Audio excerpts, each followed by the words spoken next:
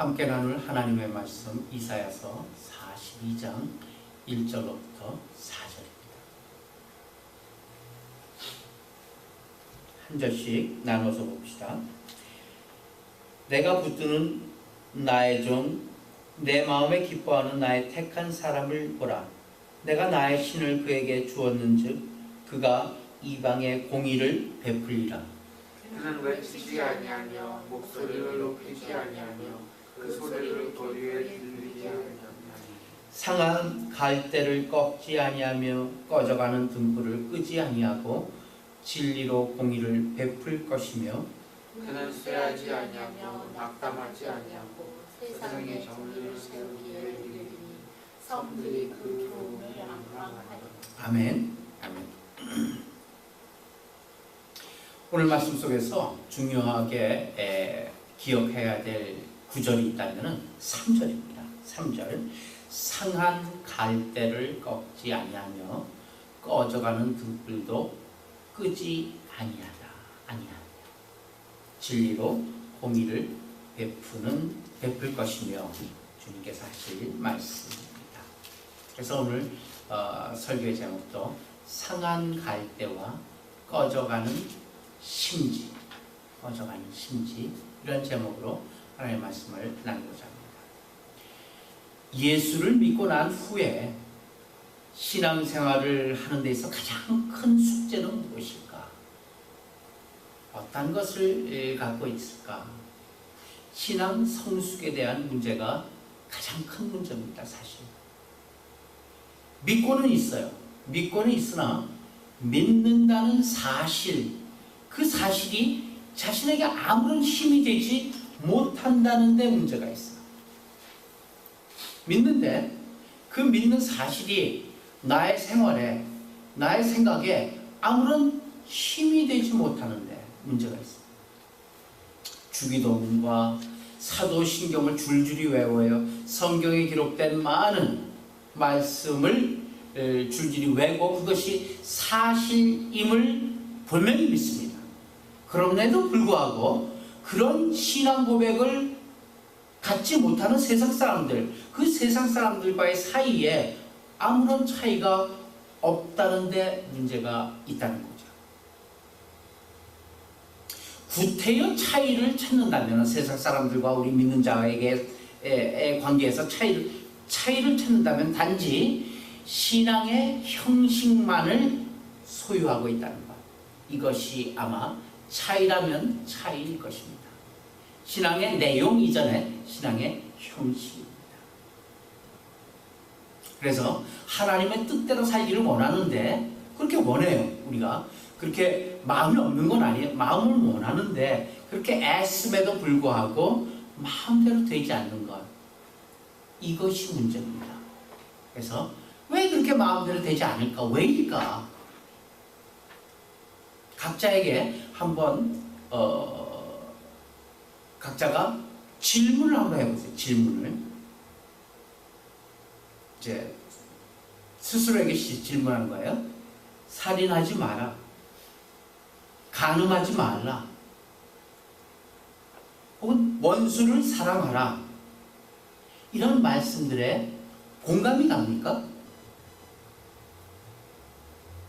공감이 가요, 사실. 그런데 누구나 다 공감이 간다는 사실이에요. 공감은 가요. 근데 그 공감이 가는 이유가 뭐예요? 왜일까? 왜 공감이 갈까? 윤리적이고 도덕적인 차원에서 공감하는 것, 모든 사람이 다 그렇게 공감하고 있어요. 믿는 자나 믿지 않는 자나, 세상에 있는 자나 교회에 들어온 자나 다 마찬가지예요. 살인하지 마. 살인하면 안 되지. 거짓말하면 안 되지. 간음하지 마라. 그건 죄야. 원수를 사랑하라. 사랑해야지. 어떻게 원수를 그냥 이를 부득부득 갈고 있을 수 있냐? 공감을 합니다. 그런데 어떻게 공감하느냐? 윤리적이고 도덕적인 차원에서 공감을 하는 거예요. 만일 우리도 그렇게 윤리적이고 도덕적인 차원에서 그러면 안 되지 라고 공감을 하고 있다면 그것은 기독교가 아닙니다. 또 예를 들어 봅시다. 부모에게 순종하라. 부모에게 순종하는 건 옳습니다. 맞아요. 순종해야죠. 그런데 그 순종이 무엇 때문이냐는 얘기야. 만약에 윤리적이고 도덕적인 차원에서 부모님이 나를 낳아주셨고 그렇게 애지중지 길러주셨기 때문에 순종해야지 라고 그렇게 윤리적이면 도덕적인 차원에서 순종을 하고 있다면 그 또한 기독교는 아니에요. 순종. 기독교는 이해와 납득의 대상물이 아닌 까닭입니다. 기독교가 우리에게 요구하는 건 뭐예요? 신앙입니다. 순수 우리말로 바꿔 얘기하면 믿음입니다. 근데 그 구체적으로 그 믿음, 그 신앙이란 무엇이냐? 어떤 일에든지 신앙으로 대처할 것을 요구하고 있다는 얘기예요. 어떤 일에든지 어떤 생각에든지 믿음으로 대처해야 될 것을 요구하고 있다는 사실이에요. 그게 기독교예요. 우리가 분명히 납득할 수 있는 것 때문에 그럼 당연히 그래야지. 납득하기 때문에 내가 공감하고 내가 공감할 수 있기 때문에 내가 믿는다면은 그것은 믿는 것이 아니죠. 기독교가 얘기하는 믿는 것은 아니죠.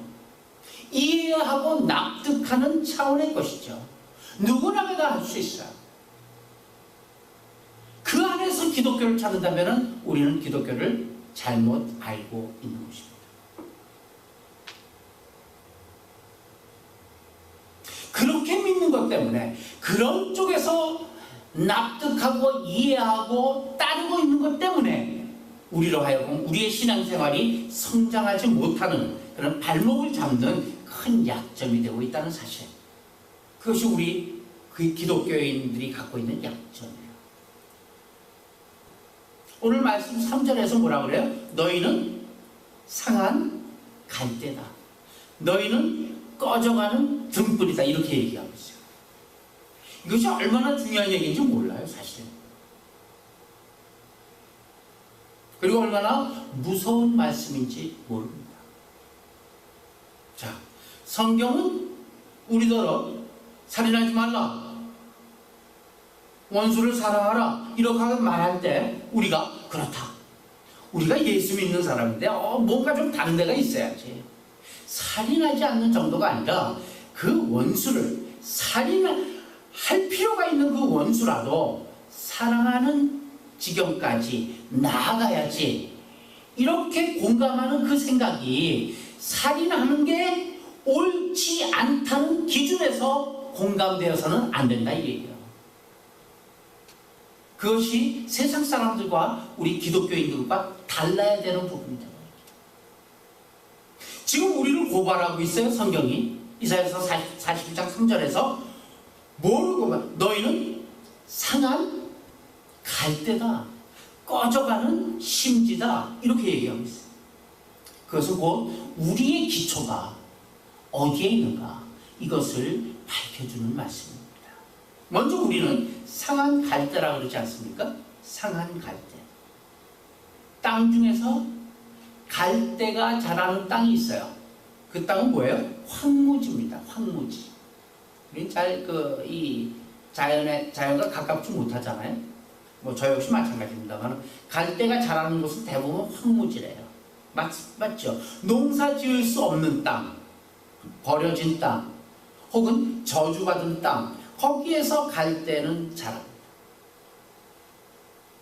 농사 짓지 않는 우리들에게 있어서는, 그런 농사 짓지 않는 사람들에게 있어서 갈대가 뭔가 좀 멋있고 아름다운 것이 될 수가 있어요.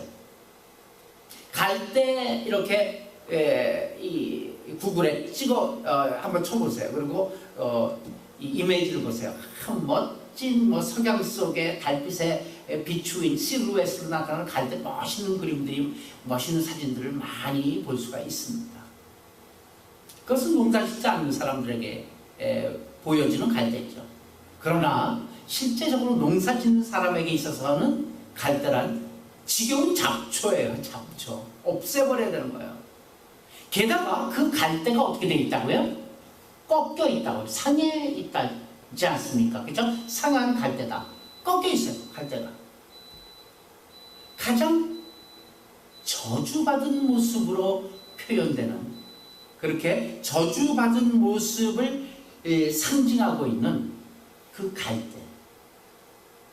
바로 하나님을 떠나고 저주받은 자리에서 부패되어 있는 죄인들의 모습을 잘 나타내는 것이 갈대입니다. 성경은 뜻밖의 인간을 상한 갈대다 이렇게 묘사하고 있다는 것을 우리는 기억해야 됩니다. 그런데 하나님은 그것을 부러뜨려서 뽑아 없애버리지는 않는데요. 이것은 누구를 얘기하고 있는가? 이것은 무엇을 얘기하고 있는가? 아마도 불신자의 현실에 대한 묘사가 아니겠는가? 이렇게 생각을 했습니다. 불신자의 현실. 예수 믿지 않는 불신자를 할지라도 하나님께서 뽑아버려요? 그렇지는 않지 않습니까? 그러나 그 모습이 어때요? 부패하고 황량한 모습이죠. 잡초, 갈대, 그것도 그나마 꺾여있는 갈대, 상한 갈대, 믿지 않는 인간의 모습이 아니겠나. 그렇다면 신자의 현실은 어떤가? 신자의 현실은 어떻게 보일 것인가? 그 뒤에 있는 얘기, 꺼져가는 등불이 꺼져가는 등불은 기름이 없어서 꺼지는 것이 아니에요. 마지막 심지가 타고 그 다음에 꺼져요. 그렇죠? 기름이 없어질 때까지 심지는 잘 타요. 기름이 다 없어졌어요. 그래도 심지가 타요. 그래서 심지가 다 타고 없어져야지만 결국 불이 꺼져요. 지금 기름은 다 없어졌고 심지만 남아있는데 그 심지가 타고 있는 거예요. 그것이 신자의 현실을 묘사해 놓은 꺼져가는 등불이 아니겠는가. 등불은 방을 환하게 비추기 위해서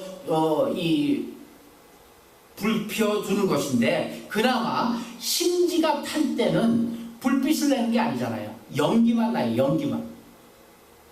그래서 그 주변에 도움을 주기보다는 눈은 맵죠. 연기 나니까. 그리고 매연으로 인해서 피해가 심하죠. 그 상태가 뭐예요? 믿는 사람들의 상태라는 거예요. 그런데도 불구하고 하나님께서는 그 심지를 바로 끄지 않으신다, 이런 말씀이에요. 놔두기만 해도 그냥 꺼지는 거예요. 심지는 기름이 다 없어졌기 때문에. 그래도 일부러 끄지 않으신다. 자, 하나님께서 요구하시는 살인하지 말라, 원수를 사랑하라, 그렇게 말하는 대상이 누구예요? 우리예요. 우리. 그런데 그들, 바로 우리 자신이 상한 갈대여 꺼져가는 심지. 자, 온 누리를 비추라. 너희는 세상의 소금이, 너희는 세상의 빛이니까, 이렇게 말씀하세요. 그리고 또 한편으로는 너희는 상한 갈대여 꺼져가는 등불이다, 이렇게 지적하고 있어요. 이 둘은 서로 연결시킬 수 없는 두 극단이라는 사실, 안 그래요? 마태복음 한번 보고, 마태복음 5장 21절부터 28절 그리고 44절부터 46절 기록해놨습니다. 한 절씩 봅니다. 옛사람에게 말한 바 살인하지 말라, 누구든 살인하면 심판을 받게 되리라 하였다는 것을 너희가 들었으나 난 너희에게 이르노니 형제에게 노하는 자마다 심판을 받게 되고 형제에 대하여 나가라는 자는 거기에 잡혀가게 되고 일어난 놈이라 지옥불에 들어가리라 되리라. 그러므로 예물을 제단에 드리다가 거기서 네 형제에게 원망 들을 만한 일이 있는 것이 생각나거든. 예물을 제단 앞에 두고 먼저 가서 형제와 화목하고 그 후에 와서 예물을 드리라. 너희를 고발하는 자와 함께 길에 있을 때 급히 사화하라. 그 고발하는 자가 너를 재판관에게 내주고 재판관이 옥리에게 내어줘 옥에 가둘까 염려하라. 진실로 내게 이르노니 내가 한 푼이라도 남김없이 다 갚기 전에는 결코 거기서 나오지 못하리라. 또 가늠하지 말라 하였다는 것을 너희가 들었으나 나는 너에게 이르노니 음료 붓고 여자를 보는 자마다 마음이 가늠하느니라. 나는 너에게 이르노니 너의 원수를 사랑하며 너희를 박해하는 자를 위하여 기도하라. 이같이 즉 하늘에 계신 너희 아버지의 아들이 되시니 이는 하나님의 그 해를 아기와 성에게 주시며 피를 이룬 자와 불려된 자의 이름으로 주시니. 다 같이 너희가 너희를 사랑하는 자를 사랑하면 무슨 사랑이 있으리요? 세도 이같이 아니하느냐. 자, 여기서 주님의 말씀을 보게 되면은 살인하지 말라,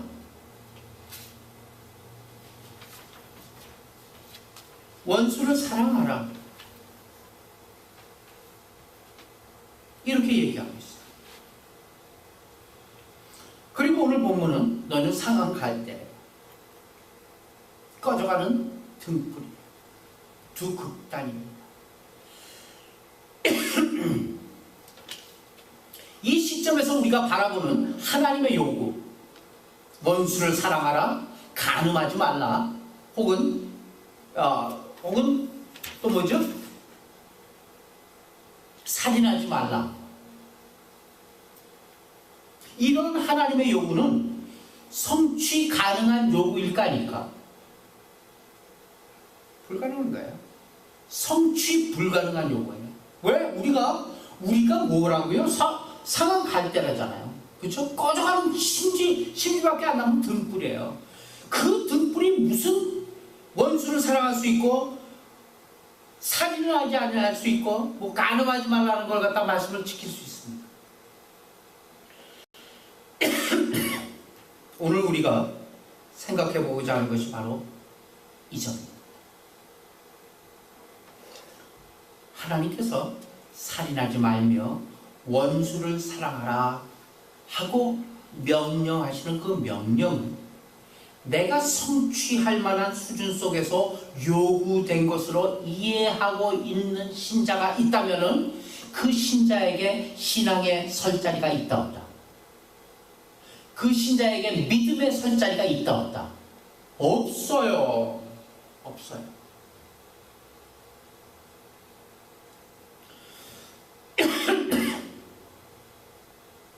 하나님의 명령을 도덕성이나 어떤 윤리성 속에서 찾고 있는 사람, 신앙이 아직 무엇인지 모르는 사람, 신앙이란 믿음이란 내가 할 수 없는 갈등을 느끼는 사람에게만 드디어 생겨나는 것이 곧 믿음입니다. 믿습니까? 다시 한번 얘기합니다. 신앙, 곧 믿음이란 내가 할 수 없다는 그 갈등을 느끼는 사람에게만 드디어 생겨나는 것, 그것이 믿음이란 사실이에요. 예를 들어보겠습니다. 절대절명의 순간이 있어요. 절대절명의 순간이 우리에게 있었던 적이 있고 혹은 앞으로도 있을 수 있습니다. 그런 절대절명에 완전히 이 앞뒤 사방 다 둘러봐도 다 막혀있고 도무지 도움받을 길이 없고 그 절대절명의 순간에 그때 우리가 생각할 수 있는 것이 무엇일까? 믿는 자로서 얘기하는 것입니다. 한 3가지 정도 생각해 볼 수 있어요. 첫 번째, 하나님이 어떻게 하시나 보자. 이렇게 생각해 볼 수 있습니다. 그 반대쪽에서 한번 생각해 볼까요? 에이, 믿는 게 잘못이지 뭐. 왜? 아무런 역사가 일어나지 않으니까, 아무런 기적이 일어나지 않으니까, 완전히 막힌 골목인데 길이 보이지 않으니까 에이, 내가 뭘 믿길. 혹은 3번째, 하나님이 이기게 해주신다라고 했으니 그래도 기대를 걸어보자. 이런 3가지 생각이 우리 신자들의 대부분의 생각입니다. 갈등, 어떤 절명의 순간, 절대절명의 순간에 생각할 수 있는 3가지 생각. 그 셋 중에 하나일 겁니다. 그런데 우리들은 말이에요. 지금 어느 지점이 부족하냐 하면 어디 그럼 하나님이 어떻게 하실까 두고 보자. 한 데까지 이르지 못하고 있다는데 신자들의 약점이 있는 것입니다. 신앙인의 최고의 약점은 뭐예요? 이런 갈등에 와 있지 않다는 데 있어요. 그래서 많은 신앙인들의 약점이 뭐냐면 내가 해낼 수 없는 상황 속에 있고 하나님은 도저히 도달할 수 없는 지점에 대한 약속을 나에게 해놓았다는 꿰어 맞출 수 없는 출발선과 결승선을 갖고 있다는 이 갈등이 우리에게 없는 것이 문제입니다.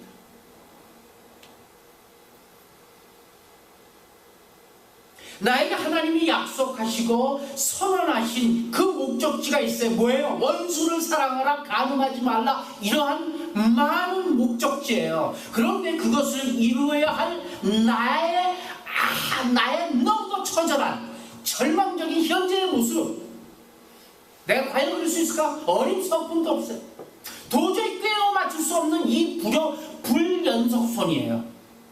도저히 연결될 수 없는 이 황당함, 내가 원수를 사랑할 수 있어? 어림석분도 없지. 그럼 뭐야 나는? 여기에 이런 갈등이 없는 게 문제라는 얘기예요. 폴과 셰의 얘기도 마찬가지예요. 이런 갈등이 없는 자에게는 신앙이 설 자리가 없다는 점을 우리는 기억해야만 하는 것이에요. 하나님이 나에게 허락하신 목적지와 내가 어디에 있는가, 이것을 지금 현재 내 수준이 무엇인가 꿰어 맞출 수가 없으니까 이 갈등 속에 있나니 차라리 이거 깊이 갈등하는 것보다 하나님께 내가 지금 내게서 내놓을 수 있는 게 무엇인가, 그리고 하나님에 대한 하나님께서 내게 요구하시는 것, 그것을 어떤 적당선에서 타협하며 살아가고 그 타협을 내세우는 그것이 우리의 신앙의 문제입니다. 주일날 예배 봐주기, 예배를 드리는 게 아니에요. 예배 봐주는 거 그냥 11조 받쳐주기. 그 다음에는 서로 좀 가까이 하지 않고 손대지 말기 서로. 마치 조직 폭력배들이 구역나는 것 같처럼 똑같아요. 하나님, 제가 예배만큼은 꼬박꼬박 봐드리겠습니다. 11조만큼 내가 온전히 바칩니다. 그 대신 제게 말도 안 되는 그런 요구들을 좀 하지 마세요. 저를 하나님의 아들을 삼는다든지 영광과 존귀로 관을 씌워주신다든지 뭐 이런 것으로 저를 골치 아프게 하지 마시고요. 그냥 저 죽으면은 천국에나 보내주세요. 그리고 그걸로 떼어주세요. 그냥 그 대신 내가 이 정도는 해드리겠습니다. 이렇게 타협하는 것이 현대 신앙인의 모습 아닙니까?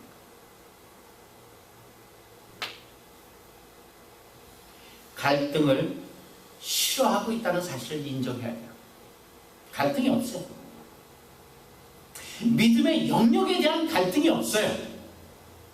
그것이 정말일까? 그런 불안감이 없어요. 정말 내가 믿는 것일까? 믿을까 말까? 내가 어떻게 살 것인가? 아니면 말 것인가? 이런 회의도 품지 않는 자리로 우리는 쉽게 면역화되고 있다는 사실. 그러나 상한 갈대와 꺼져가는 등불의 이 자리, 이것만은 절대로 외면하지 말고 부딪혀야 하는 시름이다. 내가 꺼져가는 등불이요, 상한 갈대임에도 불구하고 하나님께서 요구하고 계신 것을 우리는 외면하면 안 된다는 사실입니다. 모든 시합에는 중요한 약속들이 있잖아요. 뭐 축구의 경우도 여러 약속들이 있어요. 그걸 갖다 규칙이라고 그래요. 뭐 농구, 배구 다 마찬가지예요. 다 약속들이 있어요. 규칙이 있어요. 달리기도 마찬가지죠. 규칙이 있어요. 달리기의 규칙이 뭐예요? 동일한 출발점에서 출발해야 되는 거예요. 어떤 사람은 저 앞에서 출발해갖고 꼭 결승점만 있다. 그럼 그거는 그 달리기가 아니죠. 규칙이 없는 거예요. 동일한 출발점에서 출발하는 것이 달리기의 규칙이듯이 출발점이 없는 골인 지점은 없어요. 그런데 신자들의 오해란 무엇이에요? 우리의 출발 지점이 어디인지를 모른다는 사실이에요. 우리의 출발 지점이 뭐예요? 우리는 바로 그 출발 지점에서부터 우리 자신의 신앙생활을 잃어버리고 있는 거예요.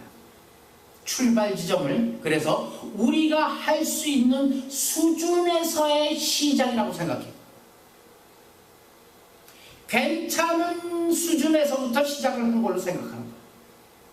그렇기 때문에 살인도 간음도 윤리적 이유에서가 아닌 신앙 때문에 하지 않아야 된다는 것을 우리는 잃고 있어요.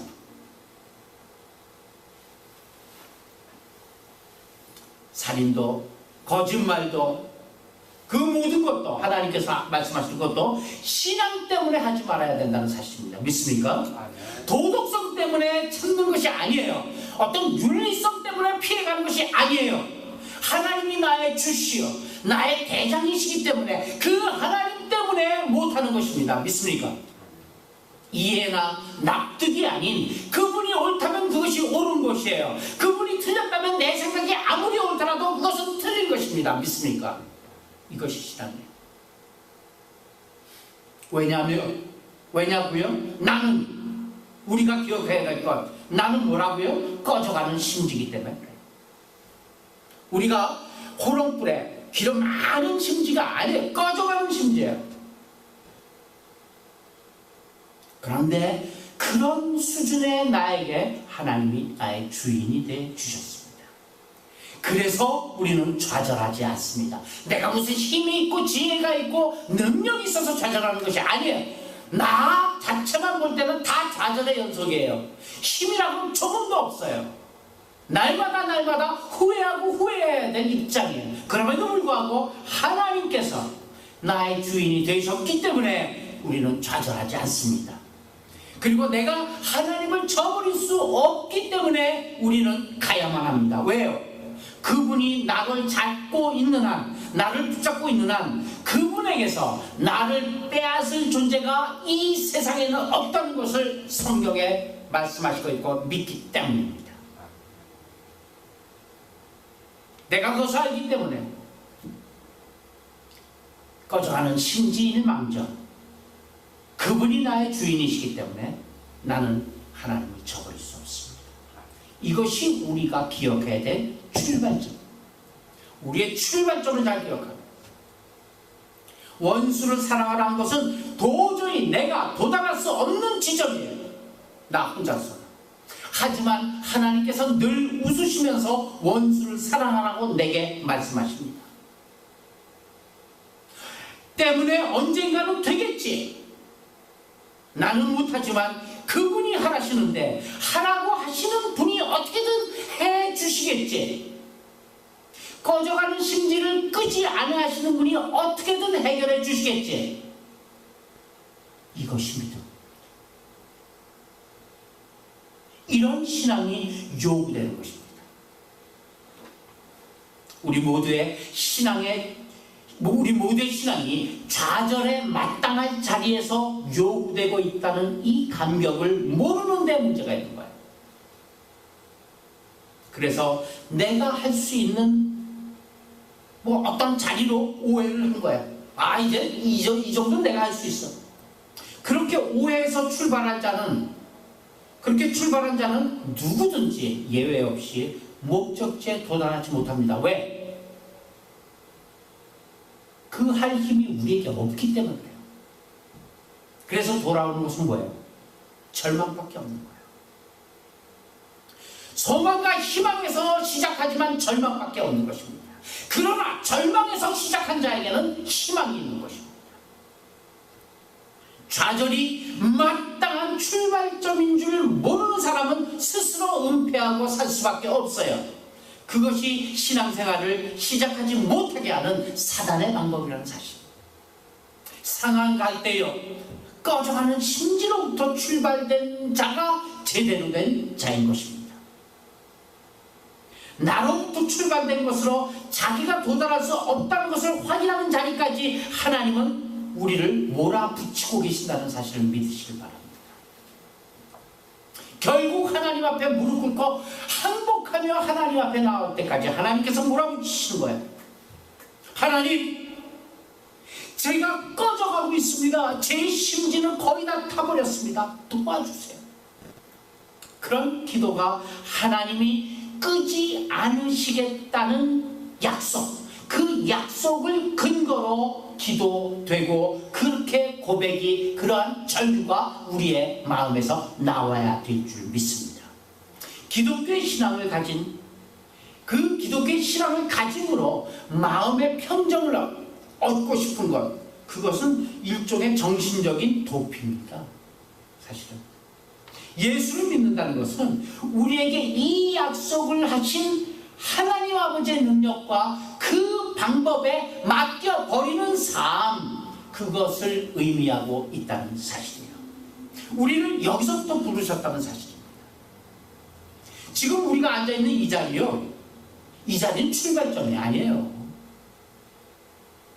이미 하나님께서 시작하여서 끌고 오신 중간 지점이라는 걸 꼭 기억하시길 바랍니다.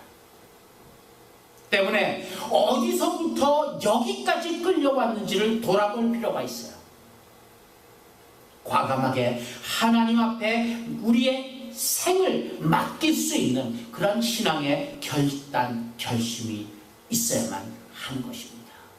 이 결심이 없다면 허비된 신앙생활밖에 할 수가 없어요. 그것만큼 또 불행한 것도 없습니다.